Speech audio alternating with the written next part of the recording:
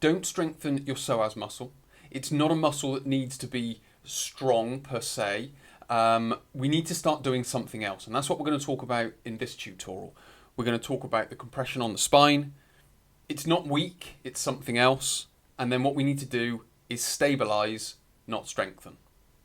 If we're strengthening the psoas muscle, what's happening when it's activating is it's compressing around the spine. And we can understand that because of, as you can see on the screen, its attachments. So we've got all the different attachments here. So we've got the 12th thoracic, first, second, third, fourth, and fifth lumbar.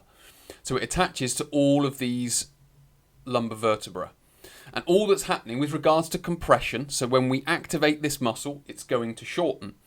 So what's basically happening is all of these vertebrae are getting squashed together. So basically what's happening is where this muscle is situated within the body, it's getting compressed down, so it's squashing the spine.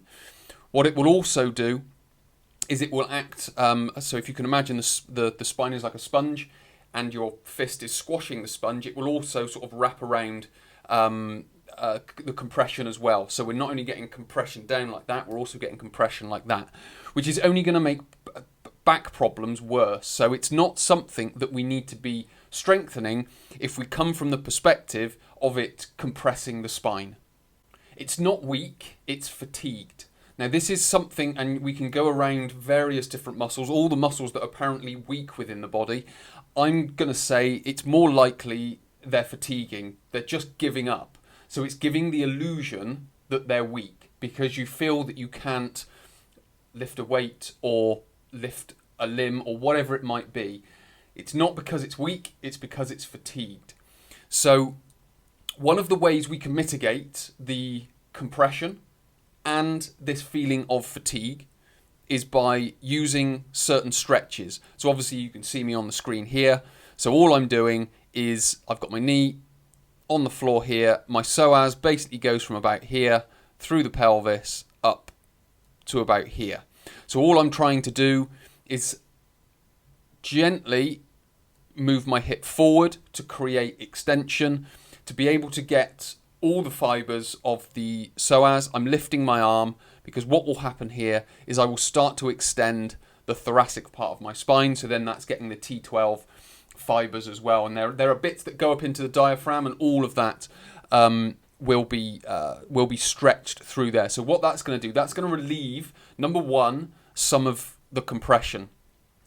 What is also going to happen is it's going to start to relax the muscle. Once the muscle's relaxing or starting to relax, it will start to manage the fatigue levels. So what it will do, what a tight muscle is basically doing, is it's in a contracted state, so it's in a tightened state, and it's holding on to a lot of its waste products. As soon as we can stretch it and start to relax it, then that's going to help release some of those waste products, which is then going to build a resistance against that fatigue.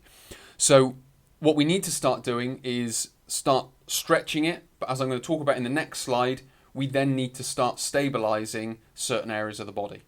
And that certain area is the pelvis, which is then going to assist stabilizing the spine, because the hip flexor will generally become tight if it perceives that there is instability around the spine. And the reason the body is using the psoas to stabilize is because it's the one that's closest, because it's attaching to L5, 4, 3, 2, 1 and T12. So what it's basically doing is it's locking down that area to help stabilize the area. It's an inefficient stabilizer because it's so close to the spine, and what it needs is muscles further out. So if you can imagine, this is the spine, and then we've got the pelvis underneath it. You can also imagine this, because it's a very similar image of like a boat with a sail. So what we've got is we've got the psoas, which essentially, although it doesn't attach, it kind of goes through and onto the lower part of the leg. But you can see the lever is very short, so it's a very inefficient stabilizer.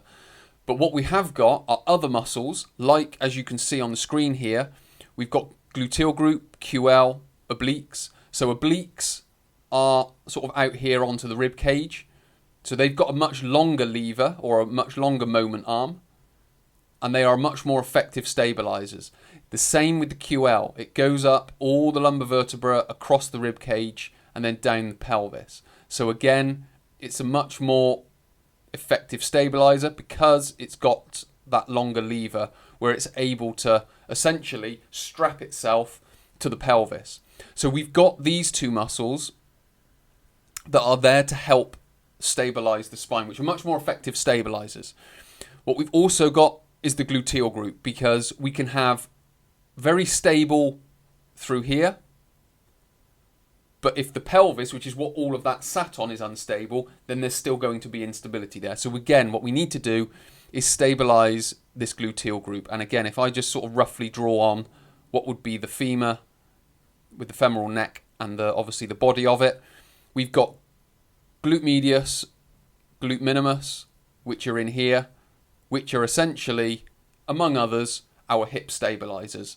So if we can get all of these muscles working much more effectively, we will then go about stabilizing the pelvis, stabilizing the spine. The body will hopefully recognize that. It will start to relax the psoas. So if we put that stability together with our stretching, then it's going to be that much more effective. You may also find that in certain muscles like these, gluteal group, QL, obliques, you may find that there is trigger points, tension, tightness, which need to be worked out. And again, that can be done by foam rolling, massage, stretching.